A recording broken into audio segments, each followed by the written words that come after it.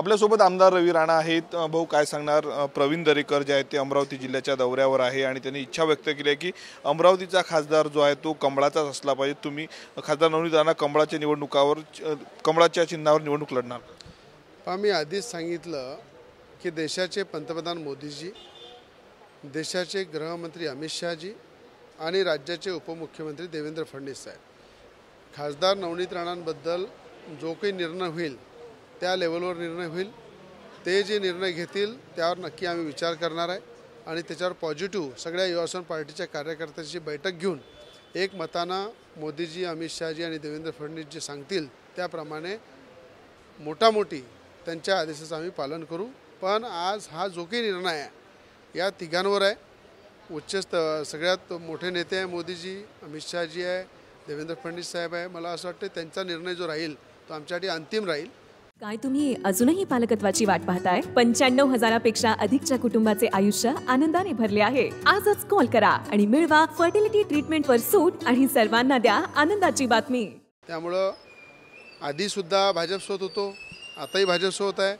NDA मध्ये आम्ही सध्या सोबत आहेच, पण त्याच्यानंतरही जो आदेश येईल त्याचं पालन केलं जाईल। त्यांनी जर म्हटलं की कमळाच्या चिन्हावर लढायचं कन्फर्म झालं तर खासदार नवनीत राणा कमळाच्या चिन्हावर उमेदवार? मी तुम्हाला सांगितलं की जे वरिष्ठ नेते, देशाचे पंतप्रधान अमित शहाजी आणि देवेंद्र फडणवीसजी जो निर्णय घेईल नक्कीच आम्ही पॉझिटिव्ह त्या युवा स्वाभिमान पार्टीचे सगळे कार्यकर्ते बसून निर्णय घेऊ आणि त्यांना ताकदीचा पाठिंबा पहिलेही आहे, आताही आहे, भविष्यातही राहणार आहे आणि एक चांगला मजबूत खासदार सगळ्यात जास्त लीडनी महाराष्ट्रामध्ये नवनीत राणाच्या रूपामध्ये भाजपला देऊ।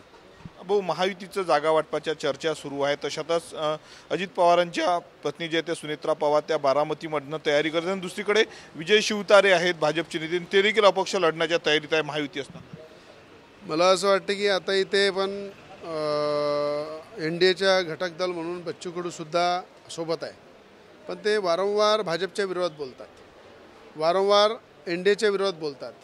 मला असं वाटतं की NDAची एक बैठक घेऊन त्या ठिकाणी एकनाथजी शिंदे आहे, देवेंद्र फडणवीस साहेब आहे, अजितदादा आहे, आम्ही सुद्धा NDAचे घटक आहे। NDAचे घटकाची बैठक घेऊन जे असे खऱ्या अर्थानं त्या ठिकाणी विद्रोह करतात की दिवसभर पूर्ण 12 महिने आपले कामं करतात, वैयक्तिक कामं करतात, आपल्या फायद्याचे कामं करतात, आपला फायदा आहे त्या ठिकाणी जुळले राहतात आणि जेव्हा अशी वेळ येते तर NDAच्या विरोधात बोलतात, त्यांच्या उमेदवाराच्या विरोधात बोलतात आणि आपल्या राजकीय पोळ्या शेकत राहतात।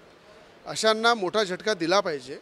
जर असा प्रकारचा लाळकपण जर ठेवलं, जसं अमरावती जिल्ह्यामध्ये रोज त्यांचं लाळकपण सुरू आहे, ते लाळकपण कुठेतरी थांबवलं पाहिजे।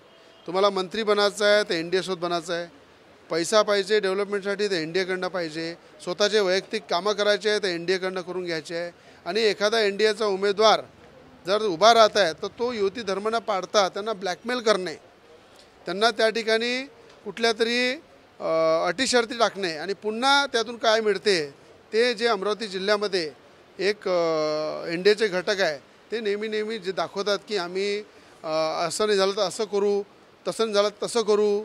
मला असं वाटतं एकदा त्यांना तसं करूच द्या, त्यांची जागा त्यांना दाखवू द्या आणि NDAने एक कडक पाऊल उचललं पाहिजे। जर युती धर्म कोणी पाळत नसेल तर त्याला त्याची जागा दाखवली पाहिजे, हे माझं मत आहे। कारण की आज NDAच्या माध्यमातून अनेक कामं त्यांनी आपले करून घेतले आहे, आपल्या राजकीय पोळ्या शेकलेल्या आहे। आता जेव्हा वेळ आली एकत्र येऊन लढायची त्यांनी साथ दिला पाहिजे, जर साथ दिला नाही तर त्यांना त्यांची जागा दाखवली पाहिजे। शेवटला प्रश्न, खासदार नवनीत राणांचा जात प्रमाणपत्राचा निर्णय जो आहे तो न्यायालयामध्ये प्रलंबित आहे, आगामी काही दिवसामध्ये निर्णय येईल, निकाल आल्यानंतर बघू असं प्रवीण दरेकरांनी म्हटलं आहे। नवनीत राणांचं काय तर भाजपकडे 10 इच्छुक उमेदवार असतील असं देखील त्यांनी म्हटलं। प्रवीण दरेकर काय म्हणते मला ते माहीत नाही, अमरावती जिल्ह्याचा त्यांना किती अभ्यास आहे तोही मला माहीत नाही, पण मला असं वाटतं की कोर्टाचा जो निकाल आहे तो शेवटी देशाचं सर्वोच्च न्यायालय, सर्वोच्च न्यायालयामध्ये जी बहस झाली, जे दोन्ही पक्षाकडून जे आपलं म्हणणं ऐकलं, जवळपास 350 वर्षाचे जुने पुरावे ते सुद्धा सुप्रीम कोर्टामध्ये दाखल केले, 100पेक्षा जास्त पुरावे त्या ठिकाणी दाखल केले। कास्ट स्क्रुटनी कमिटी सुप्रीम कोर्टच्या गाईडलाईननी बनलेली आहे, त्या कमिटीने 3 वेळा खासदार नवनीत राणाला क्लीन चिट दिलेली आहे। त्याच्यानंतर मला विश्वास आहे की कायदेशीर सगळ्या बाबी तपासल्यानंतर नक्कीच नवनीत राणांना न्याय मिळणार. तर कायदेशीर बाबी तपासल्यानंतर नक्कीच खासदार नवनीत राणांना न्याय मिळेल अशी प्रतिक्रिया जी आहे ती आमदार रवी राणांनी दिली. कॅमेरामन अनिकेत दहातोंडेसह मी स्वप्नील उमाप, TV9 मराठी, अमरावती.